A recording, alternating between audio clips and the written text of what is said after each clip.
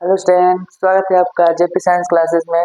आज हम पढ़ने वाले हैं क्लास 12 का चैप्टर फर्स्ट केमिस्ट्री का जो चल रहा था बिलियन। देखिए, इसके पहले वाले वीडियो में हमने इसके सभी बेसिक चीज पढ़ चुका है कि बिलियन होता क्या है, बिलियन के प्रकार क्या है।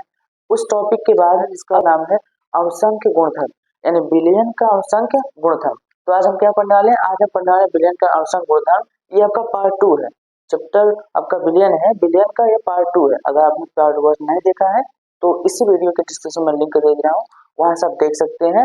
और पहले आप पार्ट 1 को देखिए, फिर पार्ट 2 को। तो चलिए हम स्टार्ट करते हैं। देखिए, हम पढ़ने के वाले हैं, हम पढ़ने वाले हैं क्लास 12 की केमिस्ट्री।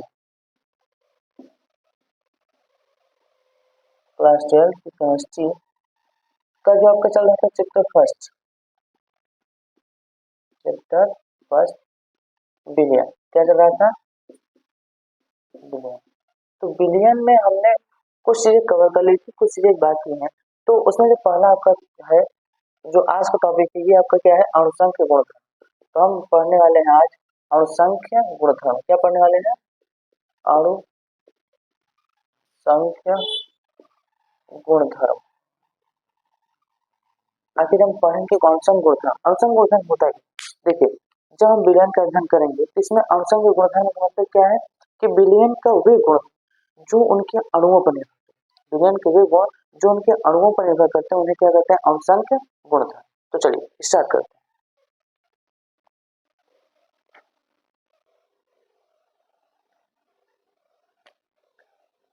विलयन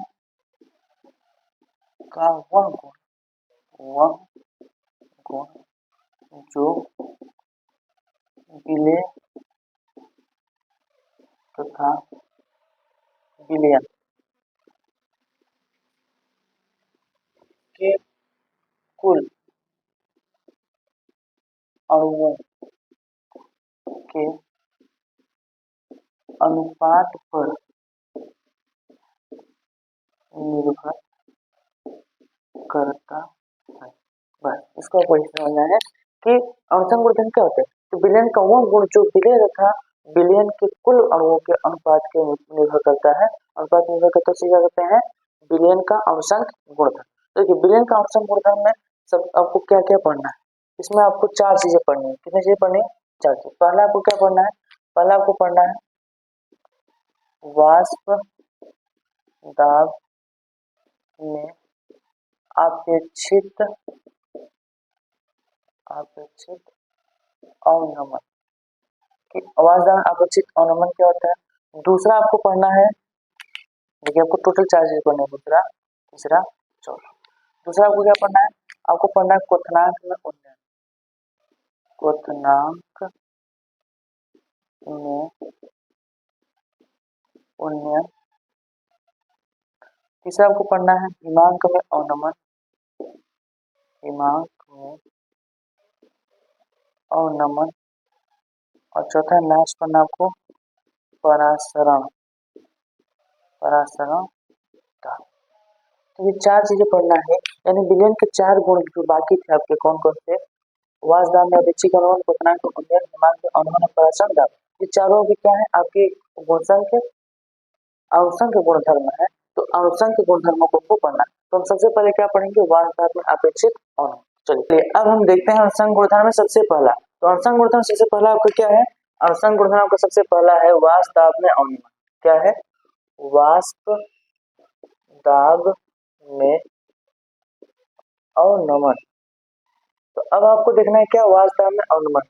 वाष्प दाब में अवनमन होता क्या? देखिए, वाष्प दाब में अवनमन क्या होता है? जब आपके पास एक विलायक, देखिए एक एक चीज आप समझिए, बोर्ड पर बता रहा है। तो जब आपके पास एक विलायक है तो उसका कुछ ना कुछ वाष्प दाब होगा। जब उसमें कुछ विलेय पदार्थ मिलाकर उसे विलयन बनाया जाता है। क्या बनाता है? विलयन। लेकिन विलय आपका क्या है? अब अवास्तविक पदार्थ। क्या है? अवास्तविक पदार्थ। तो उसके कारण क्या होता है, जो विलायक का शुद्ध अवस्था वाष्प दाब था वो विलयन का वाष्प दाब से अधिक होता है, यानी विलयन का वाष्प दाब कम हो जाता है। अब देखिए कैसे कम होता है। जैसे आपके पास यहाँ एक पात्र है, अब इस पात्र में एक विलायक रखा हुआ है। क्या रखा है? एक विलायक। अब इस विलायक का शुद्ध अवस्था, देखिए आपका लिखा है विलायक रखा है। क्या रखा है? विलायक रखा है। तो विलायक का शुद्ध अवस्था में कुछ ना कुछ वाष्प दाब होगा। इसका अभी के लिए इसका अभी के लिए हम मान लेते हैं वास्तव कितना है। देखिए इसका अभी के लिए वास्तव है आपका पीना, कितना है पीना, यानी जब एक शुद्ध विलायक है तो उसका वाष्प दाब जो है आपका है पीना। जब इसमें हम क्या करते हैं कुछ ऐड कर देते हैं विलेय पदार्थ, क्या कर देते हैं विलेय। अब विलेय कौन सा, अवाष्पशील विलेय, कौन सा विलेय पदार्थ यूज करते हैं हम, अवाष्पशील विलेय। देखिए जब इसमें हम क्या करते हैं कुछ ऐड कर देते हैं आपका विलेय। अब ये विलेय आपका अवाष्पशील है, कैसा है अवाष्पशील। आपके पास एक अवाष्पशील विलेय था जिसको आपने इसमें डाल दिया। देखिए जब इसमें आप विलेय को डालेंगे, विलेय करो तो क्या होगा, ये बनाएगा विलेय, क्या बनाएगा विलेय।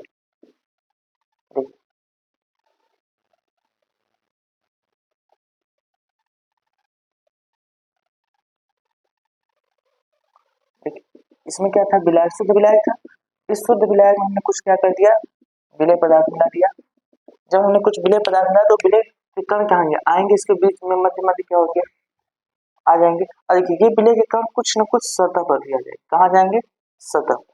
अब इसका जो वाष्प दाब होगा तो ध्यान से देखिए वाष्प दाब क्या होता है आप याद कर लीजिए कि जब किसी द्रव को रखा जाता है तो उस द्रव के अणु उस सतह को छोड़कर वाष्प में बदल जाते हैं, कुछ कण सतह को छोड़कर वाष्प में बदल जाते हैं और ये इस वाष्प के द्वारा जो दाब उत्पन्न होता है उसे बोलते हैं वाष्प दाब। तो देखिए ये शुद्ध अवस्था में था तो इसके कण जो थे, इसके विलायक के अणु जो थे वो धीरे धीरे कहाँ जा रहे थे वाष्प में जा रहे थे, ये बना रहे थे वाष्प। तो इस वाष्प के कारण क्या हुआ, इस वाष्प का यहाँ पर जो वाष्प दाब है उसको लिखते हैं पीना। अब देखिए जब हम इसमें कुछ विलेय डाल दिए, विलेय कण आ गए। अब देखिए विलेय के कण सतह पर भी आ गए, कहाँ आ गए हैं सतह पर। अब जब सतह पर आ गए देखिए कुछ न कुछ जगह को क्या करें घेर लिए हैं। अगर जगह को घेर लिए हैं तो इससे क्या होगा, यहाँ का जो इसके विलायक के कण थे वो कम जा पाएंगे, क्यों, क्योंकि इन्होंने कुछ न कुछ जगह क्या कर लिया घेर लिया, जिससे क्या होगा इसका वाष्प दाब अब कम होगा। वाष्प दाब क्या होगा कम होगा, क्यों वाष्प दाब कम हो गया, क्योंकि जो सतह को छोड़कर जा रहे थे तो स्वतंत्र सतह से अब क्या हुआ कुछ सतह दूसरे के द्वारा क्या कर लिया गया ग्रहण कर लिया गया। तो अब उतना शुद्ध रूप से उतना फ्री नहीं जा पा रही है क्योंकि कुछ न कुछ दूसरे कण भी बीच में आ गए जो उसको उड़ने से रोक रहे।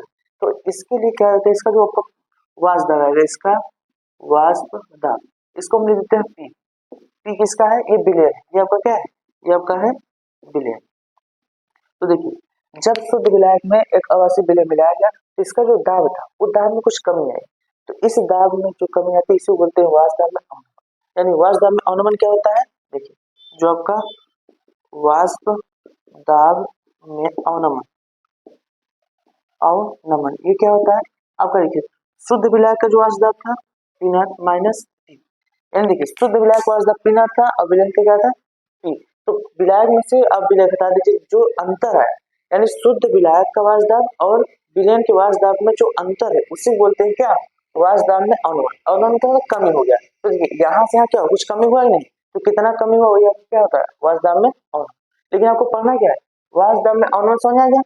अब देखिए हमारा जो पहला अवसन गुणधर्म था वो था वाष्प दाब में अपेक्षित होना, क्या था वाष्प दाब में अपेक्षित होना। तो देखिए सबसे पहले हमको समझाया कि वाष्प दाब में अवनमन क्या होता है, अब आप वाष्प दाब में अपेक्षित होना आसानी समझ जाएंगे। देखिए अब हम पहला अपना अवसन गुणधर्म पढ़ेंगे, क्या वाष्प दाब में अपेक्षित अवनमन। तो देखिए अब यहाँ पर एक शब्द और जुड़ा है अपेक्षित। अपेक्षित मतलब क्या होता है किसी के सापेक्ष। तो अब इसको कैसे करेंगे, तो ये एकदम सिंपल, ये क्या होता है आपका जो वाष्प दाब में अपेक्षित अवनमन होता है, यानी वाष्प दाब में अपेक्षित अवनमन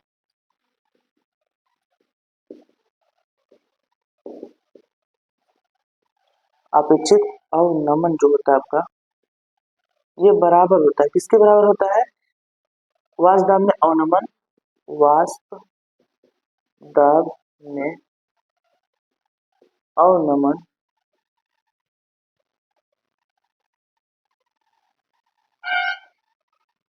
अवनमन अपान शुद्ध अवस्था में विलायक का वाष्प दाब। क्या होता है जो आपका वाष्प दाब में अपेक्षित अवनमन क्या था वाष्प दाब में अवनमन बटे शुद्ध अवस्था में विलायक का वाष्प दाब। यानी अगर आप इसको लिखेंगे वाष्प दाब में अपेक्षित अवनमन तो आप इसे क्या लिख सकते हैं, देखिए लिख सकते हैं वाष्प दाब में अवनमन क्या है वाष्प दाब में आपका अवनमन पी नॉट माइनस टी, क्या है, पी नॉट माइनस पी अपान शुद्ध अवस्था में बिला के क्या है आपका पी, यानी वास्तव में जो अपेक्षित अनुमान होता है वो क्या होता है कि वास्तव में अनुमान कितना है, पी नॉट माइनस पी हुआ था और उसके अनुपात किसके साथ, शुद्ध विलायक के वास्तव के साथ, इसे बोलते हैं वास्तव में अपेक्षित अनुमान। तो समझ आएगा आपको वास्तव में अपेक्षित अनुमान क्या हो रहा है और ये कैसे आता है। चलो इसके बाद राउल्ट के नियम के अनुसार हम क्या करेंगे, इसकी कुछ व्याख्या और कर देंगे। देखिए राउल्ट ने के नियम के अनुसार ये जो आपका वास्तव में अपेक्षित अनुमान होता है ये किसके साथ, ये बताइए आप वास्तव में अनुमान जो है किसके कारण, विलय के कारण, किसका कारण, विलय का।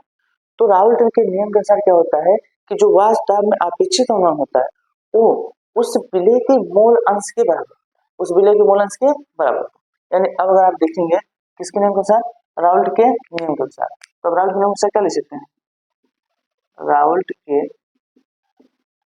नियम के अनुसार, राउल्ट के नियम के अनुसार क्या होगा, देखिए राउल्ट के नियम के अनुसार जो आपका होता है वास्तव में अपेक्षित अनुमान P naught minus P upon P naught ये बराबर होता है किसके, यक्स एक।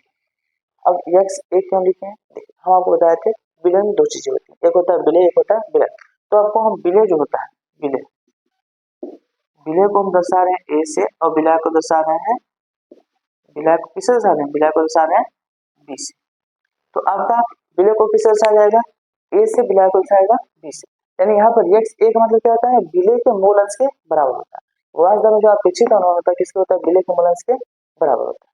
अब इसको चाहे थोड़ा सा और आगे कर दीजिए। अब मूल अंश क्या होता है आपका, मूल अंश आपको पढ़े हो, मूल अंश होता है जिस घटक का आपको मूल है उस घटक के मोलक संख्या बटे विलयन के कुल मोलों की संख्या। तो इस घटक मोलक संख्या नहीं एन ए अपान विलयन की कुल मोलक संख्या क्या होगा, देखिए विलय की मोलक संख्या प्लस विलय के मोलों की संख्या, यह हो जाएगी विलय मोलक संख्या। इसको आप इतना लिख लीजिए, यही आपका होता है राउल्ट के नियम के अनुसार वास्तव में अपेक्षित अनुमान।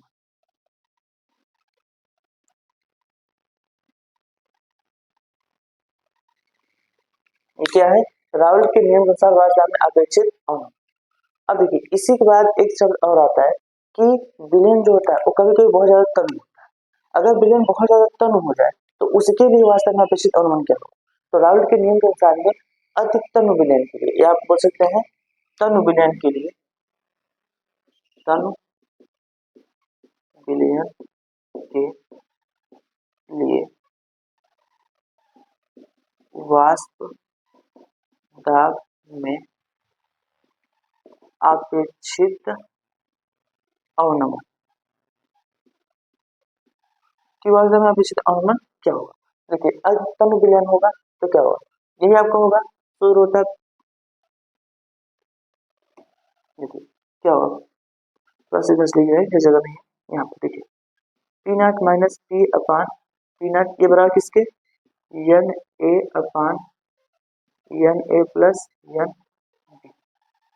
ये देखिए ये सूत्र होता है, लेकिन हम किसके लिए देख रहे हैं, तनु विलयन के लिए। तनु विलयन के लिए मतलब विलय की मात्रा विलय की तुलना बहुत कम होती है। तनु विलयन क्या होता है, विलय की मात्रा विलय की तुलना बहुत कम होती है। इसका मतलब जो विलय के मूलों की संख्या हो वो विलय के मूलों की संख्या से बहुत कम है। अगर वो बहुत ज्यादा कम है तो आप क्या लिख सकते हैं, देखिए आप लिख सकते हैं जो एन ए है यानी विलय की मूलों संख्या ये बहुत ज्यादा कम है किससे, एन बी से, यानी विलय के मूलों की संख्या से विलय, देखिए विलय के मूलों की संख्या से विलय के मूलों की संख्या से विलय के मूलों की संख्या अत्यधिक कम है। तो यानी लगभग ही क्या होगा, जीरो, क्या हो जाएगा जीरो, यानी इसकी तुलना में बहुत कम है तो इसको क्या मान सकते हो, नगण्य मान सकते हो, जीरो मान सकते हो। तब क्या हो जाएगा, देखिए आपका हो जाएगा P naught minus P upon P naught equal to N A upon N B, ये हो जाएगा। तो देखिए क्योंकि एन बी की तुलना में नगण्य था इसको उसको नहीं, ये आपका हो जाएगा तनु विलयन के लिए। अब आप चाहे इसको और थोड़ा सा लिख सकते हैं, देखिए ये नहीं वो क्या लिख सकते हैं आप, ये नहीं क्या मोलक संख्या, अमोलक संख्या क्या होता है, परमाणु का भार बटे परमाणु का अणुभार। तो परमाणु भार गलती से जाते हैं डब्ल्यू से, क्या होगा डब्ल्यू ए अपान एम ए बटे, अगर विलय का लिखें क्या होगा डब्ल्यू बी अपान एम बी। अगर इसको आप पलट देंगे तो देखिए क्या बनेगा, आपका बनेगा P naught minus P upon P naught equal to, देखिए डब्ल्यू ए इंटू ये, देखिए बटे बटे तो ये वाला ऊपर हो जाएगा, क्या हो जाएगा एम बी अपान यहाँ पे देखिए यम कहाँ जाएगा, नीचे आ जाएगा, यम इंटू डब्ल्यू। ये आपका है तब विलयन के लिए वास्तव में अपेक्षित अनुमान। ये क्या है आपका तन विलयन के लिए वास्तव में अपेक्षित अनुमान। देखिए इसका अगर आपसे पूछा जाए बेसिकली कि यूज क्या होता है, देखिए इसका यूज जब होता है जब विलय का वास्तव में अपेक्षित अनुमान दिया और विलायक का भार दिया और विलायक का मोल संख्या दी, तो इससे आप हम विलय के मोल भार जो आपका है विलय का परमाणु भार, विलय परमाणु क्या आपका, देखिए विलय परमाणु क्या है यम, इसकी गणना करने के लिए हम इस सूत्र का यूज करते हैं। आप इसको काफी लिख लीजिए, नोट में लिख लीजिए कि इस सूत्र का प्रयोग विलय के परमाणु भार की गणना करने के लिए प्रयोग किया जाता है। इस सूत्र का ये आपका तनु विलयन के लिए है और ये नौ विलयन के लिए, किसके नियम से, राउल के नियम से। और ये पूरा आपका था वासदाब में अपेक्षित अनुमान। देखिए सबसे पहले हमने वासदाब में अनुमान पढ़ा, फिर वासदाब में अपेक्षित अनुमान क्या होता है उसको समझ लिया, समझ आया। चलिए इसको नोट कर लीजिए, हम बढ़ते हैं दूसरे अंशम गुणधर्म की ओर। देखिए अब हमारा अगला अंशम गुणधर्म है क्वथनांक में उन्नयन। अब हमारा अगला अंशम क्या है, क्वथनांक में उन्नयन। अगला अंशम की गुणधर्म हमारा है क्वथनांक में उन्नयन। क्वथनांक में उन्नयन, चलिए अब हम देखते हैं क्या देखेंगे हम क्वथनांक में उन्नयन। देखिए क्वथनांक में उन्नयन से पहले आप देख लीजिए क्वथनांक किसे कहते हैं, कि क्वथनांक किसे कहते हैं। छोटा सा टॉपिक है वो क्या, क्वथनांक। देखिए क्वथनांक होता क्या है, किसी द्रव का वह निश्चित ताप जिस ताप पर उस द्रव का वाष्प दाब वायुमंडलीय वाष्प दाब के बराबर हो जाता है, उस द्रव का क्वथनांक। क्वथनांक क्या होता है कि किसी द्रव का वह निश्चित ताप पर जिस पर उस द्रव का जो वाष्प दाब वो वायुमंडलीय वाष्प दाब के बराबर हो जाए तो उसे बोलते हैं क्वथनांक, यानी उस द्रव का हम क्वथनांक बोलते हैं। तो वह ताप, देखिए क्वथनांक क्या होता है, वह ताप जिस पर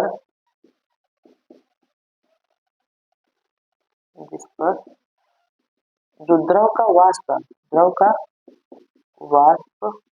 दाब वायुमंडलीय वाष्प दाब के बराबर हो जाता है, किसके बराबर हो जाता है, वायुमंडलीय वाष्प दाब के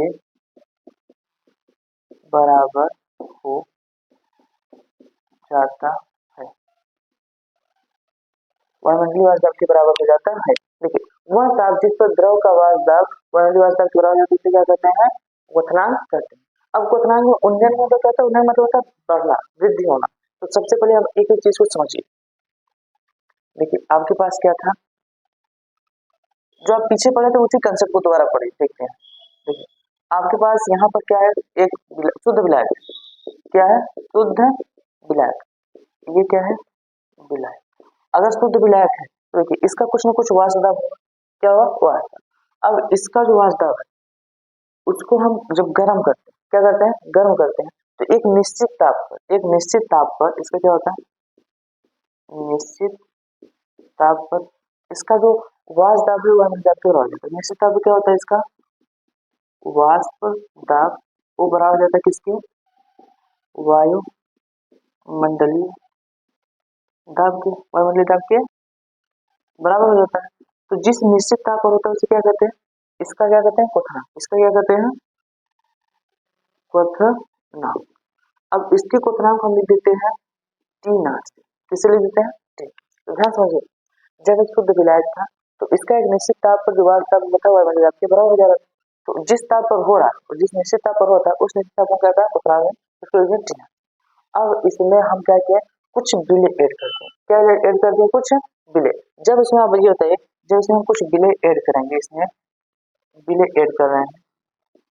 अब बिले कैसा है, अवाष्पशील, अवाष्पशील। अगर बिले अवाष्पशील है तो आप बताइए इसके अब वाष्प दाब, इससे क्या बनेगा, विलयन बनेगा। जब इस विलायक में विलय ऐड कर देंगे क्या बनेगा, विलयन। देखिए इससे क्या बन गया, विलयन। विलयन नीचे दिखा दे रहे हैं, देखिए इस ये विलायक था, इस विलायक हम क्या करते हैं, कुछ ना कुछ क्या करते हैं, विलय ऐड कर दिए। तो जब विलय ऐड कर दिए तो ये होता है, इसका क्या होगा, वाष्प दाब कम हो जाएगा। अब ध्यान समझिए, इसका वाष्प दाब क्या होगा, इसका वाष्प दाब कम हो जाएगा, क्या हो जाएगा, कम हो जाएगा। अब अगर वाष्प दाब कम हो गया तो क्या होगा, वायुमंडलीय दाब से क्या होगा, कम हो जाएगा।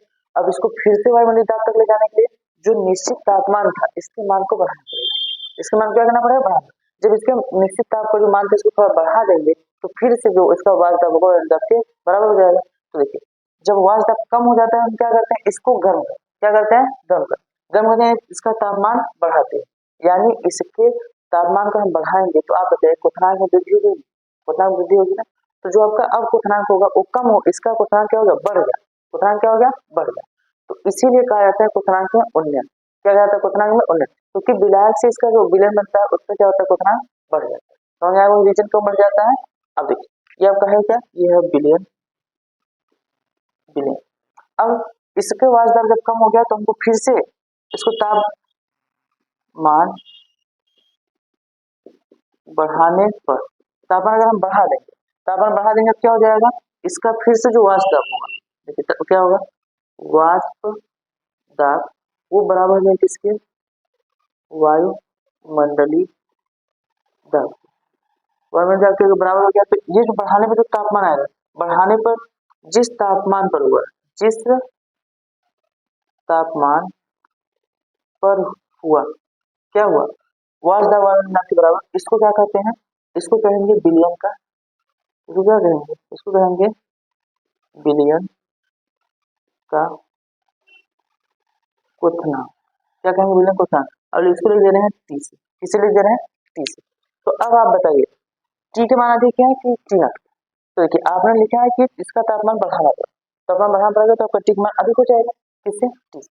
तो अब बताइए इससे इसमें कुछ बढ़ा वृद्धि हुई तो वृद्धि हो, जो वृद्धि होता है इसी को बोलते हैं क्वथनांक में उन्नयन। क्या बोलते हैं, क्वथनांक में उन्नयन। क्वथनांक में उन्नयन कब होता है, जब हम किसी वास्तविक विलायक में अवास्तविक विलय को मिला देते हैं तो क्वथनांक में वृद्धि हो जाती है। वृद्धि क्यों हो जाती है, आपको रीजन समझ में आएगा, समझ आएगा। अब देखिए जो क्वथनांक में वृद्धि होती है उसको किससे लिखते हैं, आपका जो क्वथनांक में वृद्धि होती है, क्वथनांक में, क्वथनांक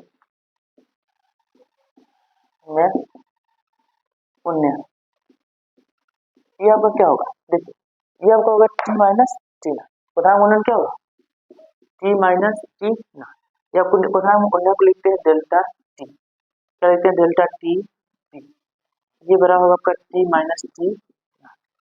डेल्टा टी भी किस बराबर होगा, टी माइनस टी नॉट। अब देखिए डेल्टा टी मतलब आ गया क्वथनांक में अंतर जो हुआ, अब बी का मतलब होता है बॉइलिंग, बॉइलिंग पॉइंट। तो देखिए जो क्वथनांक होता है इसको इंग्लिश में बोलते हैं बॉइलिंग पॉइंट, इसलिए इसको लिखा गया टी, इसको टी भी दर्शाते हैं, समझ में आ गया।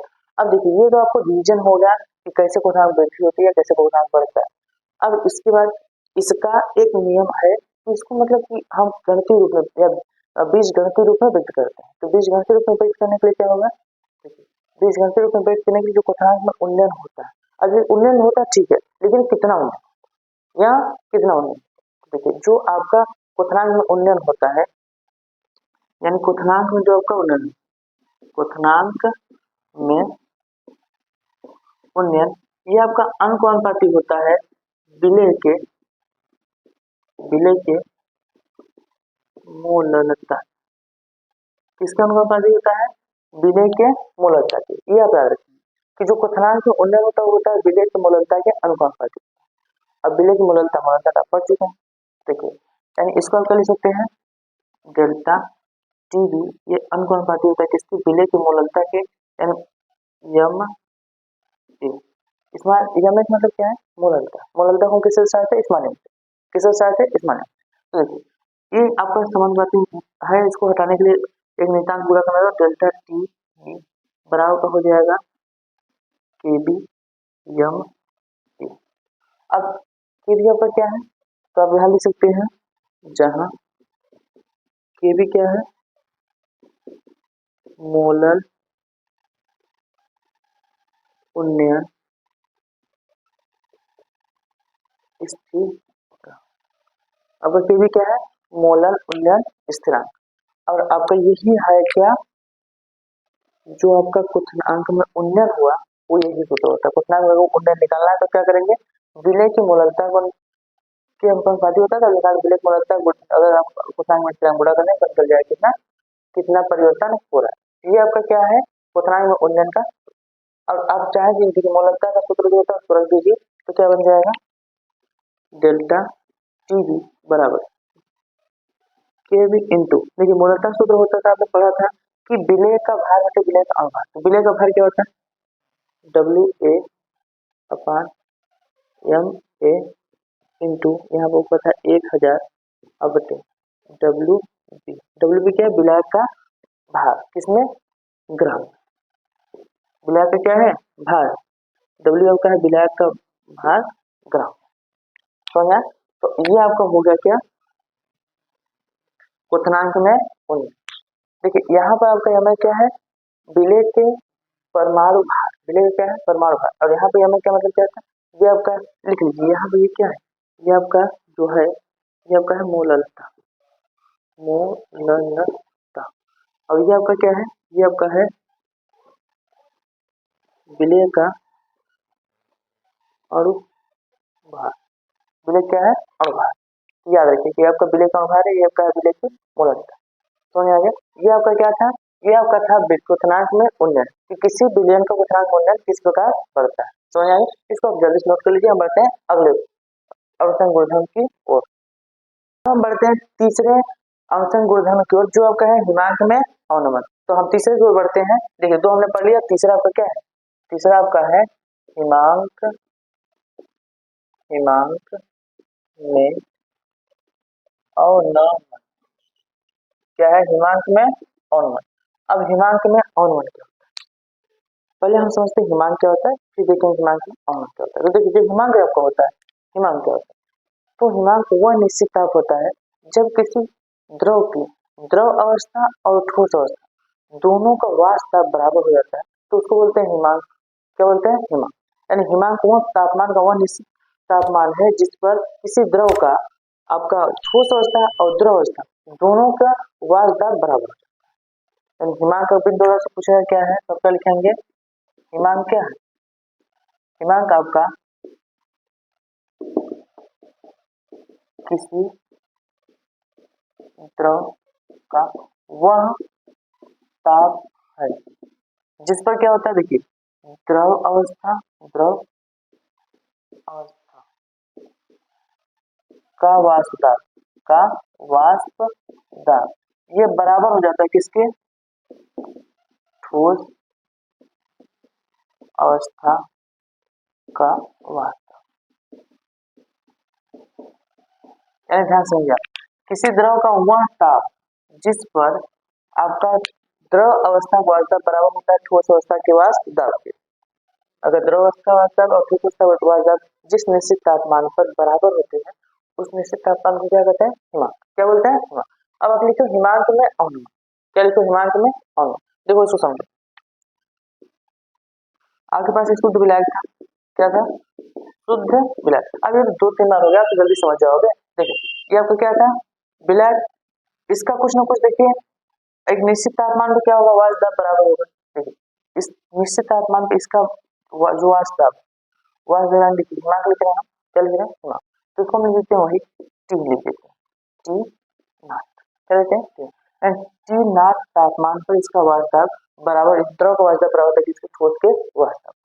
फिर जब इसमें क्या करते हैं कुछ ना कुछ क्या करते हैं विलेय ऐड कर देते हैं, क्या ऐड कर देते हैं विलेय। अब विलेय कौन सा होगा याद रखिए आपको अवाष्पशील, कौन सा विलेय होगा अवाष्पशील। जब अवाष्पशील विलेय ऐड कर देंगे इसमें तो ये होता है इसका जो वाष्प दाब वो कम हो जाएगा। देखिए यहाँ पर टी नॉट क्या है ये टी नॉट तापमान और कौन सा तापमान है ये हिमांक, क्या है हिमांक। इस निश्चित में इसका जो वाष्प दाब था द्रव अवस्था वाष्प दाब ठोस अवस्था वाष्प दाब के बराबर। फिर जब इसमें विलेय ऐड कर दिए देखिए इससे जब विलेय ऐड करेंगे तो बनेगा क्या आपका विलयन बनेगा, क्या बनेगा विलयन। अब यहाँ पर आपका बन गया विलयन, तो विलयन बनाते समय विलेय क्या आ गया कण आ गया। अब आप बताइए जब विलेय के कण आएगा तो वाष्प दाब क्या होगा कम हो जाएगा, वाष्प दाब कम होगा ही नहीं। अब देखिए वाष्प दाब कम हो गया, अब यहाँ पर एकदम सिंपल से ध्यान समझिए जब वाष्प दाब कम ठीक है बताओ ठोस का वाष्प दाब क्या होता है, ठोस का वाष्प दाब लगभग कम ही होता है, जो आपका द्रव का वाष्प दाब था इसमें हम जब विलय में आते इसका वाष्प दाब क्या होगा कम होगा। अब जब वाष्प दाब कम होगा तो कम तापमान पर ही द्रव का वाष्प होगा ठोस वाष्प के बराबर, यानी जब क्या देखिए इसका वाष्प दाब कम हुआ तो कम तापमान पर ही क्या होगा, द्रव का वाष्प दाब ठोस के वाष्प दाब के बराबर हो जाएगा। तो ये होता है, पहले कुछ ज्यादा तापमान, अब क्या होगा, कम तापमान हो जा रहा है, यानी कि वाष्प इसके हिमांक में क्या रहा है, अवनमन, हिमांक में क्या रहा है, अवनमन आ रहा है। तो देखिए इसका जो इसको हम चीज बता रही है क्या है, तापमान है, तापमान कौन सा, हिमांक, हिमांक। तो देखिए यहाँ पर जो हिमांक है वो इसके हिमांक से इसका हिमांक कम हो गया, क्यों कम हो गया, क्योंकि वाष्प दाब कम हो गया, और आपको बताओ ठोस वाष्प दाब क्या होता है, कम होता है ज्यादा, गैस के वाष्प दाब तो ठोस वाष्प दाब तो और कम होगा। तो इसके बराबर होने के लिए ये पहले कम ही तापमान पर हो जाएगा, यानी ये ज्यादा तापमान पर ये कम ही तापमान पर हो जाएगा, क्योंकि इसका वाष्प दाब ऑलरेडी कम हो गया। समझ आ रहा है ना। तो अब बताइए यहाँ पर क्या होगा, आपका जो वाष्प दाब होगा वो तो कम हो ही जाएगा। तो अगर वाष्प दाब कम हो गया तो ये होता है हिमांक में क्या आएगा, हिमांक में अवनमन होगा, हिमांक में क्या होगा, अवनमन। और जो हिमांक में अवनमन होगा आपका क्या होगा, वो आपका होगा T not minus, T not minus, यानी देखिए ये ज्यादा तापमान का, ये कम तापमान, तो टी नॉट माइनस टी। तो इसको आप लिख सकते हैं डेल्टा टी एफ, एफ मतलब क्या, फ्रीजिंग पॉइंट, एफ मतलब होता है फ्रीजिंग पॉइंट, तो टी एफ बराबर होगा क्या, टी नॉट माइनस, ये आपका क्या हो गया, हिमांक में अवनमन। ये क्या है, हिमांक में अवनमन।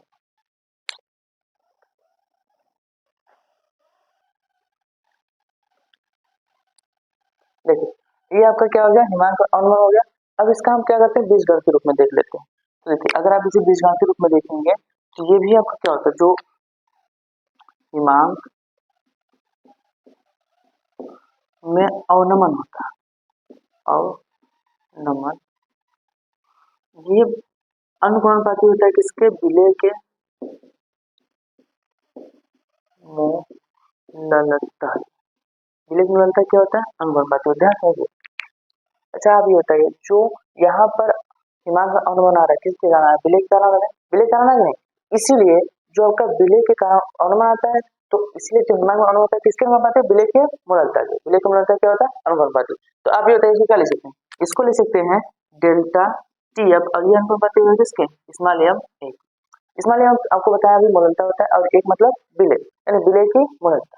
अब देखिए इसको हटाने के लिए हम स्थिरांक लगाते हैं, तो डेल्टा टी एफ जो होता है ये बराबर हो जाता है के एफ इंटू एम ए। अब यहाँ पर के एफ आपको क्या है, तो देखिए आप यहाँ लिख सकते हैं, जहां आपका के एफ क्या है, के एफ है आपका मोलल अवनमन स्थिरांक, मोलल अवनमन स्थिरांक, ये आपका मोलल अवनमन स्थिरांक। तो देखिए अगर आप इसको डेल्टा टी एफ मोललता का सूत्र में रख दीजिए तो क्या हो जाएगा, ये के एफ है, और मोललता सूत्र आपका क्या होता है, into W A into 1000 upon M A into W D. अब यहाँ पर आपको हर एक चीज पता है कि कौन क्या है। देखिए यहाँ पर आपका ये क्या है, ये आपका है मोललता, ये क्या है, मोलनता किसकी, विलेय की, जो ऊपर लिखा है। और यहाँ पर हमें क्या है, यहाँ पर हमें आपका है विलेय का अनुभार, विलेय का अणुभार, ये क्या है, विलेय का अणुभार। और डब्ल्यू भी क्या है, विलेय, ये विलेय का क्या है, विलेय का भार है, और किसमें है, ये ग्राम में, किसमें है, ग्राम। समझ गया, ये आपका क्या है, ये है किसी विलेय का हिमांक में अवनमन का सूत्र। तो हिमांक में अवनमन पढ़ लिया, यानी हमने अभी तक 3 तो पढ़ लिए, यानी 3 अणुसंग गुणधर्म पढ़ लिए। क्या क्या पढ़े, सबसे पहले हमने पढ़ा वाष्प दाब में अपेक्षिक अवनमन, दूसरा पढ़ा क्वथनांक में उन्नयन, और तीसरा पढ़ा हिमांक में अवनमन। अब हमारा चौथा लास्ट क्या, परासरण दाब। तो इसको आप नोट कर लीजिए, हम बढ़ते हैं अगले अवसंग गुणधर्म की ओर, क्या है वो, चलिए चलिए इसमें नोट करिए। अब हम अवसंग गुणधर्म का चौथा पढ़ते हैं, परासरण दाब। तो देखिए परासरण दाब पढ़ने से पहले हम पढ़ेंगे कि परासरण क्या होता है, उसके बाद पढ़ेंगे परासरण दाब। तो चलिए सबसे पहले क्या देखेंगे, परासरण, कि परासरण किसे कहते हैं। देखिए परासरण होता क्या, ध्यान समझिए बोर्ड पर। देखिए हमारे पास एक पात्र है, हमारे पास क्या है, एक पात्र है, इस पात्र में हम क्या कर रहे हैं, इसको एक अर्धपारगम झिल्ली इसके बीच में रख रहे हैं, क्या रख रहे हैं, एक अर्धपारगम झिल्ली। तो ये क्या है, ये आपका है अर्ध पारगम्य झिल्ली। अब अर्ध पारगम्य झिल्ली क्या होती है, अर्ध पारगम्य झिल्ली की आपको दिखा रहे हैं, पहले और चीज समझिए। देखिए यहाँ पर इस तरफ हम सिर्फ लिख रहे हैं शुद्ध विलयन, इस तरफ शुद्ध विलायक ले रहे हैं और इधर आपका विलयन, इधर क्या ले रहे हैं, विलयन। तो देखिए विलयन में आपका विलय और विलायक दोनों होता है, ये विलायक हो गया और ये इसमें विलय के कहाँ। तो देखिए ये आपका क्या है, यानी इस तरफ का ये आपका है विलयन, ये क्या है विलयन, और ये आपका क्या है, ये आपका है विलायक। तो जब अब एकदम कंसंट्रेट होकर समझिए, जब आप विलायक और विलयन एक अर्धपारगम झिल्ली द्वारा पृथक रखते हैं, क्या करते हैं, पृथक मतलब अलग अलग रखते हैं। देखिए अर्धपारगम झिल्ली के इधर विलयन है, इधर विलायक, तो जो विलायक के कण होते हैं, देखिए विलायक के कण इधर अधिक है, इधर कम है, यानी आप ध्यान देखिए विलायक के कणों की संख्या अपेक्षाकृत इधर से इधर ज्यादा है। तो विलायक के कणों का अधिक सांद्रता से कम सांद्रता की ओर स्वतः जाने की प्रक्रिया को बोलते हैं परासरण। क्या बोलते हैं, परासरण। परासरण होता क्या है कि विलायक के कणों का अर्धपारगम झिल्ली द्वारा उच्च सांद्रता से निम्न सांद्रता की ओर जाने की प्रक्रिया को क्या कहते हैं, परासरण। यानी अगर आप इसको लिखना चाहें तो इसे लिख सकते हैं, देखिए विलायक के कणों का उच्च सांद्रता से, उच्च सांद्रता से, ये सांद्रता जो शब्द है किसके लिए है, विलायक के लिए, विलायक से निम्न सांद्रता की ओर, निम्न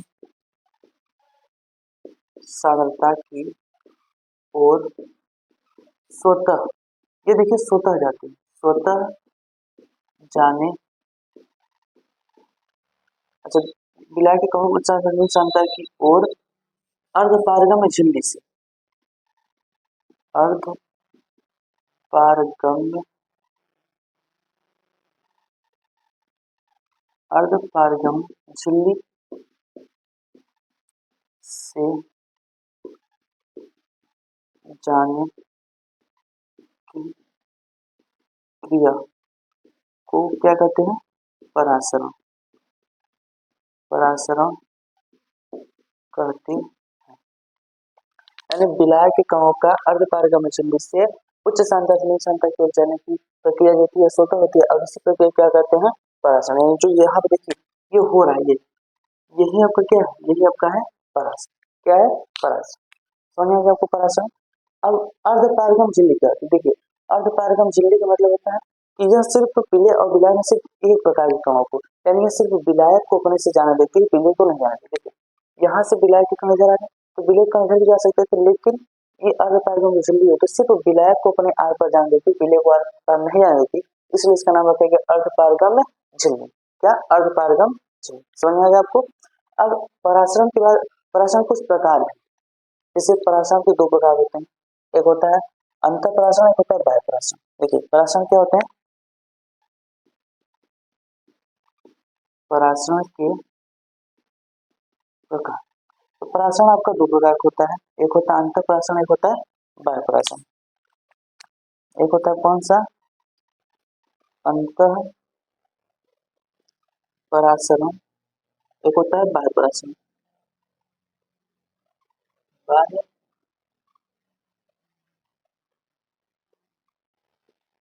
परासरण, अब देखिए अंतःपरासरण क्या होता है और बाह्य परासरण क्या होता है, इसको समझने के लिए आप एक छोटा सा प्रयोग को समझ सकते हैं। देखिए आप क्या कीजिए, अंडे को लीजिए और अंडे में देखिए दो परत होता है, कितने परत होता है, दो परत, कच्चा अंडा जिसमें दो परत होता है।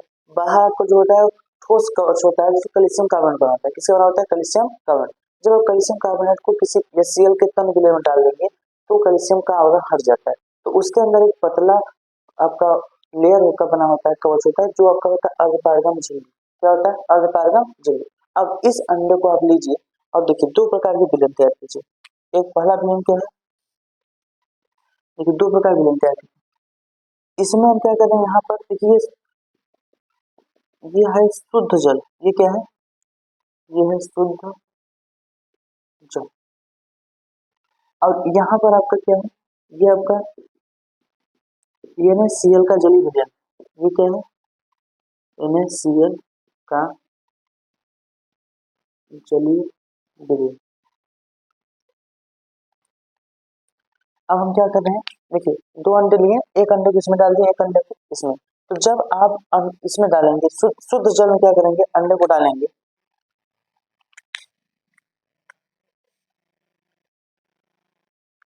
देखिए ये क्या था, आप अंडे को जब डालेंगे तो होता क्या है कि अंडे के अंदर की जो सांद्रता होती है वो आपका बाहर के ये जल है, शुद्ध जल, इससे क्या होती है, ज्यादा होती है।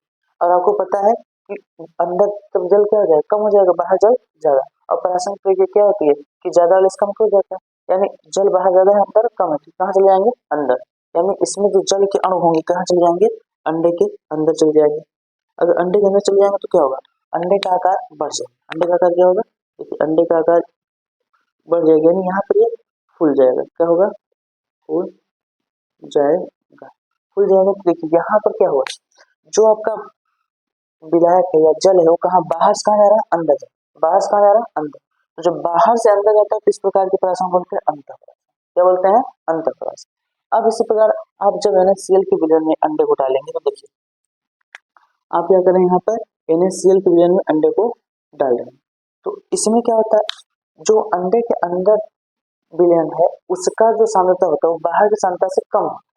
यानी अब बाहर सांद्रता इसका मतलब क्या है, अंडे के अंदर जो विलयन की मात्रा वो ज्यादा है इससे बाहर वाले विलयन से। तो इसमें होता है क्या है, जो आपके अंदर का द्रव होता है वो बाहर आ जाता है, वो कहाँ जाता है, बाहर जाता है। जिससे अब आप बताइए, अगर द्रव अंदर से बाहर निकल गया तो ये अंडा क्या होगा, अंडा आपका क्या होगा, सिकुड़ जाएगा नहीं, यानी ये सिकुड़ का छोटा हो जाएगा। तो अब देखिए बाहर इतना था, सिकुड़ का छोटा हो गया। तो इसका मतलब इसमें से जो विलायक है, जल था, वो कहाँ जा रहा है, अंदर से बाहर आ रहा है, बाहर आ रहा है, इसलिए इसको कहा जाता है बाह्यपराशन। बाह्यपराशन में द्रव क्या होता है, अंदर से बाहर आता है, जबकि अंतःपराशन क्या होता है, अंदर बाहर से अंदर जाता है। तो जब अंदर जाएगा तो अंतःपराशन, बाहर आएगा तो बाह्यपराशन। ये था आपका पराशरण के प्रकार। अब हम अपने अंशन को उधर पे आते हैं। आपका देखिए पराशरण के बेसिक तरीके आपको समझना चाहिए था, ये समझ में आ गया। अब हम बढ़ते हैं पराशरण दाब को, जो हमारा चौथा अंशन के बोलता है क्या, पराशरण दाब। पराशरण दाब क्या होता है, तो देखिए पराशरण दाब होता है, तो ये पराशरण दाब को आप दाब को समझने के लिए आपको फिर से देखना पड़ेगा। देखिए यहाँ पे क्या लिया, एक पात्र लिया, इसमें एक अर्धपारगम झिल्ली लिए। अब इन दोनों, इसकी एक तरफ क्या कर दिया, विलायक रख दिया, और एक तरफ क्या कर देना, विलायक।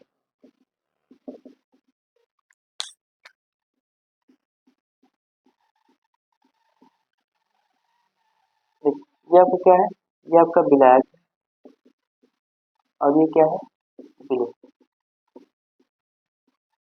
तो अब बताइए, अगर अर्धपारगम झिल्ली से विलायक को विलयन को अलग कर दे तो विलायक के कारण इधर जाएंगे, यानी पराशरण होगा नहीं, ये इधर जाएंगे। अगर इधर जाएंगे क्या होगा, पराशरण। तो देखिए जो विलायक के कारण इधर अर्धपारगम झिल्ली से इस तरफ जा रहा है, तो इनको इधर जाने से रोकने के लिए, इनको अर्धपारगम झिल्ली से इस तरफ जाने के लिए, विलयन की तरफ जाने से रोकने के लिए इस पर हम क्या करते हैं, एक दाब लगाते हैं। क्या लगाते हैं, दाब लगाते हैं।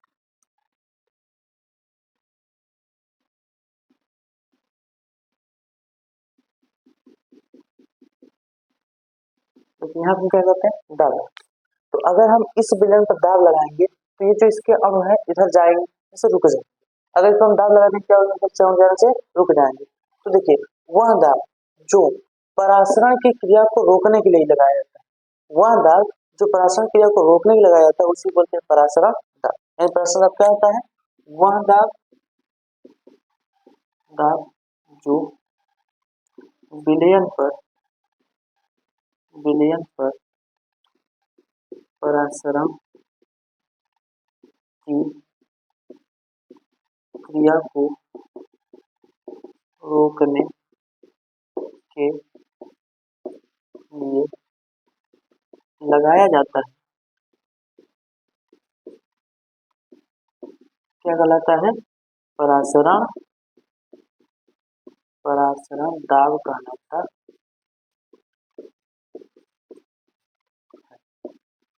यानी आपको ये समझना है कि जब विलायक के कण इधर जा रहे थे, इनको इधर जाने से रोकने के लिए विलयन पर हम जो दाब लगाते हैं, इसी दाब को क्या कहते हैं, पराशरण दाब।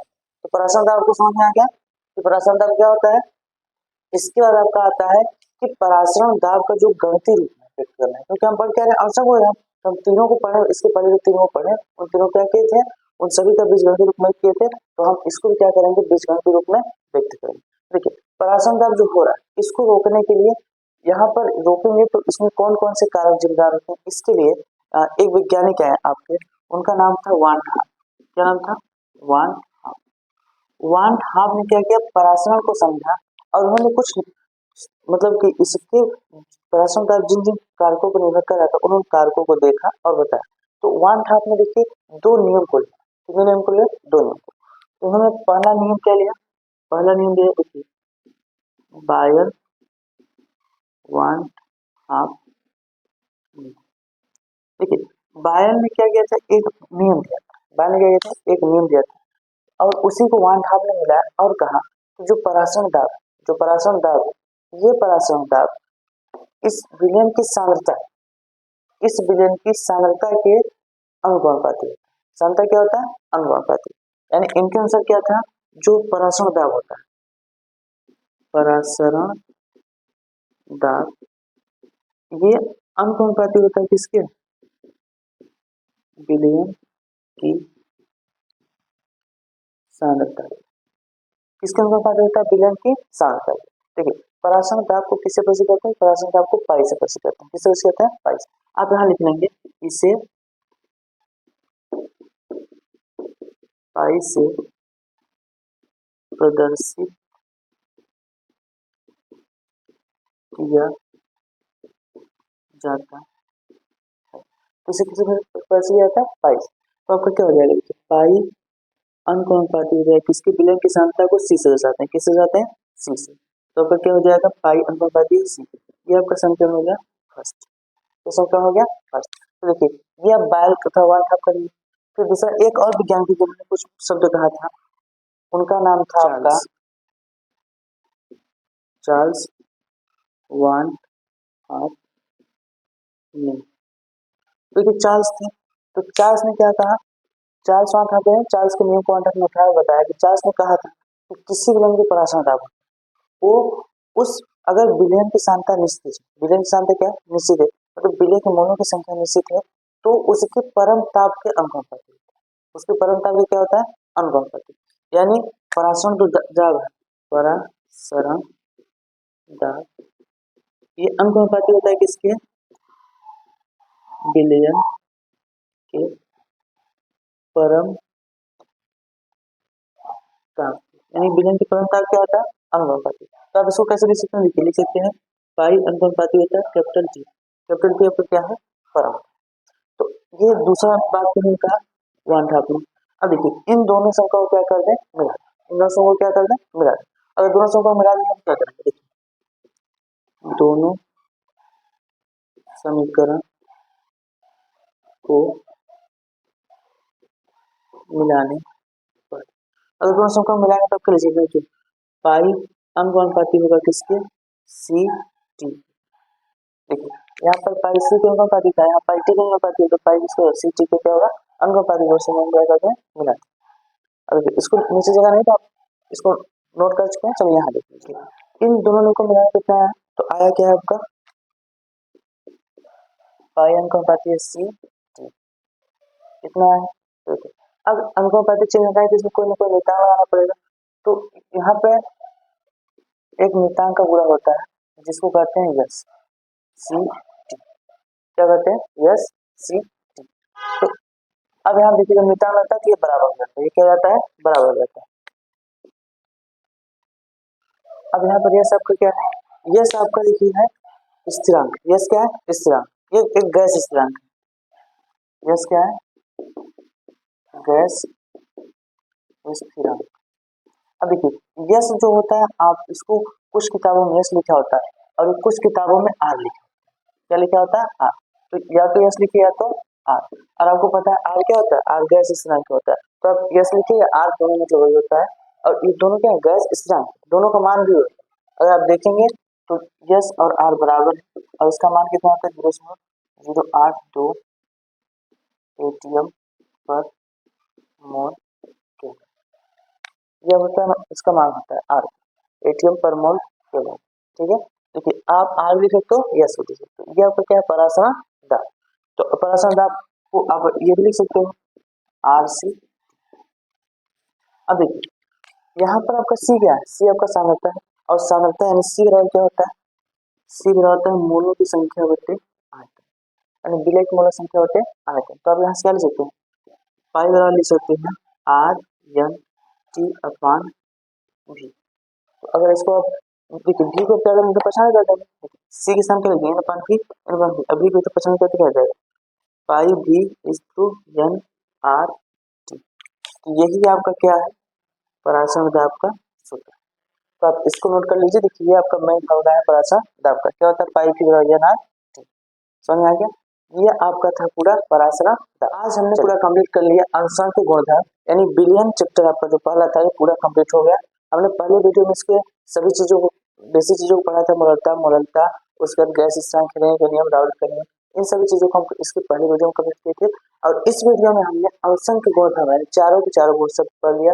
क्या क्या पढ़ा, सबसे पहले वास्तव में अपेक्षिक अनुमान, फिर क्वथनांक मूल्यांकन, दिमाग में अनुमान और परासरण दाब। तो आपका ये चैप्टर पूरा कंप्लीट हो गया है। अब इस चैप्टर का आपको करना है पीवाईक्यू और क्वेश्चन प्रैक्टिस। तो देखिए आपको पूरा इसको नोट कर लीजिए। अब इसके बाद क्या है, आपका जितना भी पीवाईक्यू है और उस पर प्रैक्टिस क्वेश्चन है वो हम आप नेक्स्ट वीडियो में करवाएंगे। और अगर आप चैनल पहली बार आए हैं तो चैनल को सब्सक्राइब कर लीजिए, वीडियो अच्छा लगा तो लाइक कर लीजिए, अपने दोस्तों के साथ शेयर जरूर कीजिए ताकि वो भी अपनी प्रिपरेशन अच्छे से कर सकें। क्योंकि इस चैनल पर हम आपके लिए जितने भी पीवाईक्यू है क्वेश्चन प्रैक्टिस सभी का एक एक कॉन्सेप्ट लाने वाले हैं, और उनमें सिर्फ हम क्वेश्चन की प्रैक्टिस करेंगे। और इस प्रकार आपका एग्जाम का प्रिपरेशन अच्छे से हो जाएगा। तो पढ़ते रहिए, अपना ध्यान रखिए और बोर्ड एग्जाम तैयारी अच्छे से करते रहिए।